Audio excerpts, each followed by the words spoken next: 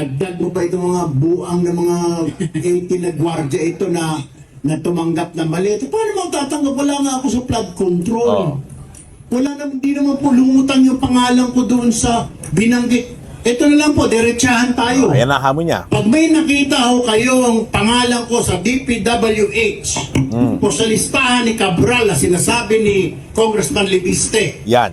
na tumanggap sa flood control, na may flood control, I will resign. Nako. Bitin niyo po sa Senado yung pangalan ko na merong allocation kay Congressman Tulfo or Senator Tulfo na may sabit sa flood control, magre-resign po ako immediately. I will resign. I will conduct a press conference. I said I resign because I lied, because I have a flood control project. Wala po ni Cinco akong nakuha. Simula na maging congressman ako hanggang ngayon, wala po akong natanggap na pondo para sa flood control o farm to market road. Kung ano pang kabulastugan na yan, wala po akong natanggap.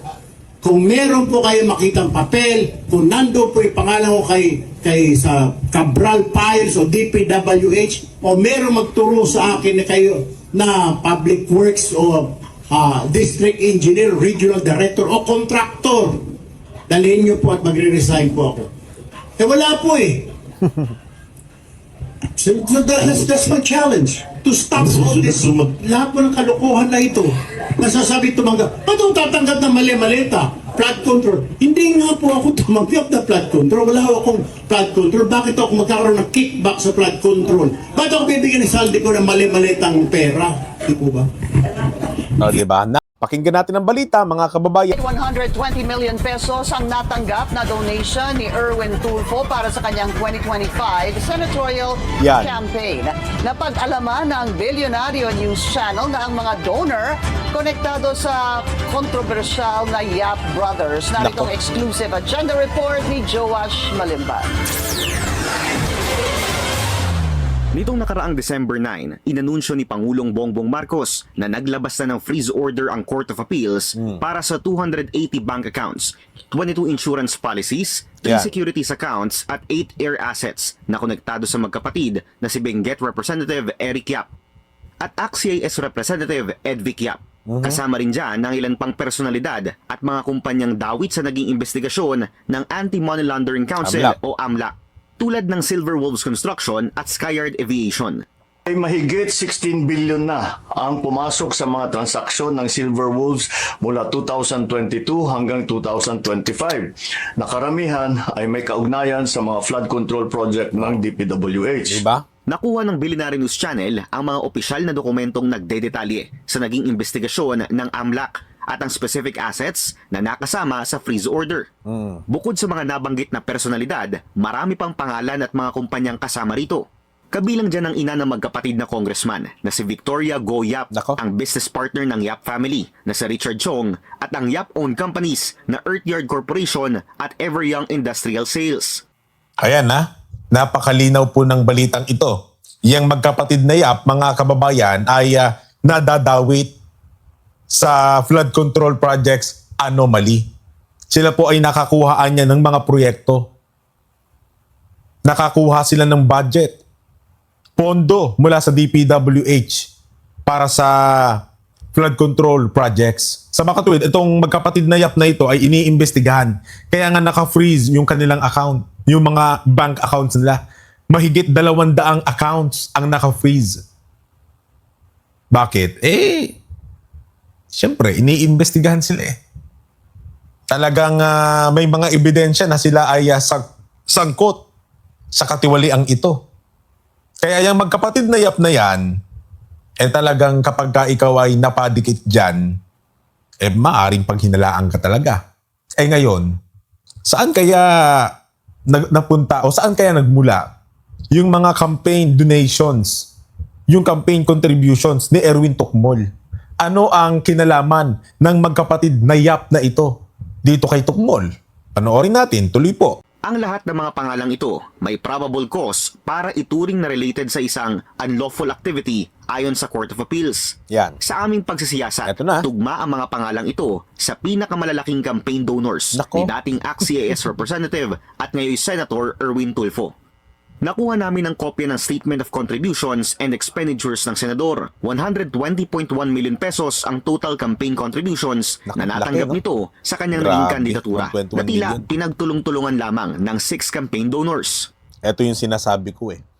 Si Erwin Tokmol may 121 million na campaign contributions. Si Senator Marcoleta may 75 million pesos na campaign donations.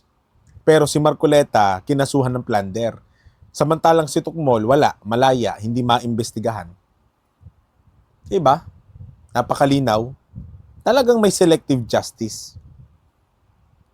Kaya talagang ang tiwala ng taong bayan sa mga namiminuno ngayon, bagsak na.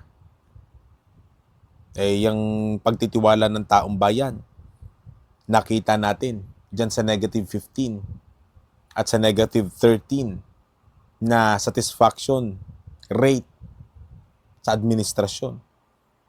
Sumasalamin yan sa isang bahagi na ang taong bayan wala nang tiwala sa gobyerno natin. Bakit?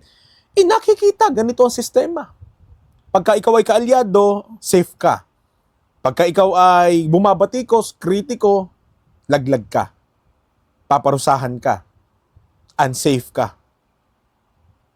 Iniisip ng taong bayan, kung sila nga na nasa kapangyarihan, nagagawa pang magipit, papaano pa kapag ka normal at ordinaryong Pilipino na lamang ang boboses? Ano na lang gagawin ng administrasyon? Di po ba?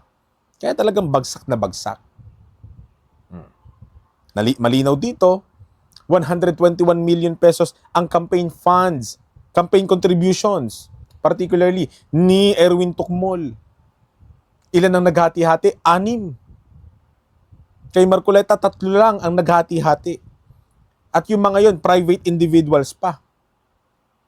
Sino ba tong mga donors ni Erwin Tokmol? Mga private individuals din ba ito? Tuloy natin. May 100,000 pesos worth of tarpaulin contributions ang Earthyard Corporation. Nako. 30,000 pesos worth of tarpaulin contributions naman mula sa Everyoung Industrial Sales. 15 million pesos worth of cash ang ibinigay ni Richard Jong habang aabot sa 45 million pesos ang kabuuang ibinigay ni Victoria Goyap. Nako. Bukod sa mga pangalang ito, 45 million pesos din ang donated ng isang Linda So at 15 million pesos naman ang donated ng isang Cesar Basco. Bagaman hindi direktang nabanggit ang mga pangalang ito sa investigasyon ng AMLAC, kasama rin sa Court of Appeals order sina Harleen So Yap, Asawa. na asawa ni Congressman Eric, Nako at si po. Margie Basco Yap, na asawa naman ni Congressman Edvic.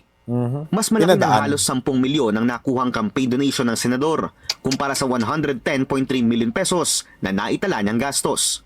Ibig sabihin, kung hindi man buo, at least 50% ng kabuuang gastos ni Senator Erwin sa nakaraang halalan, funded ng pamilyang Yap at mga Grabe, personalidad at kumpanya na konektado sa kanila batay sa investigasyon ng AMLAC. Pauna nang sinabi ni Senator Erwin na hindi niya pinagtatakpan ang mga dati niyang kasama sa ACT-CIS nang idawit ng Senate witness na si Orly Gutesa ang pangalan ni Congressman Eric Yap sa flood control scandal. Muli naming sinubukang kunin ang panig ni Senator Tulfo bago ilabas ang ulat na ito, pero hindi pa siya nagpapaunlak sa isang panayam o nagbibigay ng komento. O, di ba?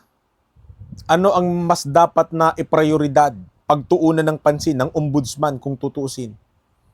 Yun ba ang campaign contributions ni Marcoleta na pinaghatian ng 3 donor? Na yung 3 donor na yun ay private individuals?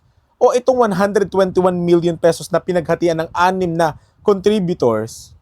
Tas yung mga contributors, yung iba sa mga yon, abay nauugnay sa magkapatid na Yap.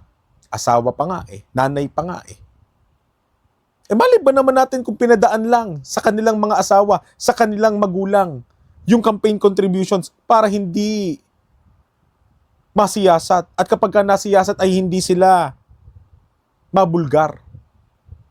Maaring ganun. Nangyayari yon. Dahil alam din naman nila na maaari silang malantad sakaling sila mismo, Eric Yap, at yung kapatid niya ang nakalagay doon sa contributors ni Erwin Tokmol. Marahil pinadaan yan. Pero napakalaki ng porsyento, mga kababayan, na yung perang idinonate dyan kay Erwin Tulfo galing sa flood control projects money. Napakalaki. Sapagkat nauugnay nga ang magkapatid na yan, Nayap, sa flood control. Meron silang mga proyekto na galing sa DPWH. Saan kukunin ng magkapatid Nayap yung ibinigay kay Erwin Tukmol? Kung yung kanilang negosyo nauugnay nga sa DPWH, sa mga proyekto ng DPWH, di po ba? Maglolokohan pa ba tayo dito? Kahapon lang ba tayo pinanganak para magbulag-bulagan sa sistemang ito na nangyari? Dito pa lang, tapos na usapan. Ang sabi ni Erwin Tukmol, ni 5 wala raw siyang tinanggap. Maaari, sa Cabral Files, maaari, wala yung pangalan mo. Pero sa campaign contributions mo, magkano ang ibinigay sa iyo, ang idinonate sa iyo bilang campaign funds sa pagtakbo mo na yung malaking porsyento doon galing sa flood control? Magkano? Di ba? Tapos, ang tututukan ng ombudsman si Marcoleta. Grabe. O dito tayo sa kabila, sa isa pang inilantad. Dito na sa ibinuking ni Senator Rodante Marcoleta na isang ebidensyang hawak ni Congressman Lian Leviste. Na ito, mga kababayan, pinanood ko na rin sa inyo ito. Pero uulitin ko, sabi ko nga, napakahalagang muli nating balikan, sariwain sa ating isipan para hindi nababaon sa limot, gaya ng pagbaon ng mga buwaya sa usapin ng flood control. Kailangang manatili ang impormasyon na ito sa ating isipan para hindi tayo mailigaw ninuman sa kung sino ba talaga ang dapat na panagutin. Pakinggan natin ang butihing senador, mga kababayan, sa kanyang inilantad. Gusto niya ng ganito? O sige, puntahan kita. Kinaladkad mo ang pangalan ni Edran Bersamin. Sana kung maipakita natin. Siya mismo doon sa debate, DBCC debate, budget ng 2026. Opo. Kinaladkad niya ang pangalan ni Yusek Bersamin. Ayan. Siya mismo, ha? Budget ito, sinegway niya doon. Nabigla nga kami. Sabi niya, si Yusek Bersamin, ni-name drop niya ang presidente. Ito ang pinag-uusapan nito, yung 100 billion Oho. na siningit sa BICAM. Kalahati nito o higit ay minanage ni Yusek Bernardo doon sa pag-amin sa kanya. Ang nakuha ang kickback sa 8 billion, sa 52 something billion pesos, 8 billion. 8 billion pesos, diniliver ni Bernardo kay Yusek Traigib Olaybar. Yan. Si Yusek Traigib Olaybar, itong sinasabing ito yung pagkukwento niya Oo. doon sa plenary. Yes. Plenary debates. Inuulit ko lang. Nagpalitan pa ng armor card, sabi niya, sa basement ng Diamond Hotel. Nako. Dahil nung panahon na yon, 2 billion ang diniliver ni Adrian. diniliver Traigib. ni Bernardo kay Traigib. Kay Traigib. Oo. Traigib. At ang pagde-deliver ng 8 billion na ito ay halos 10 instances, sabi niya. Grabe yan. Wow. Magkano Ngayon, yun? nagtataka ako. Napakatinding akusasyon ito. Mabigat yun. 100 billion, ni-name drop mo ang pangalan ng Pangulo ng Republika. Siya At nakakuha kayo doon sa hinandle lamang niya sa pagkakataon na yon, sapagkat marami pang iba, 8 billion pesos na ultimately daw ay napunta kay Adrian Bersamin.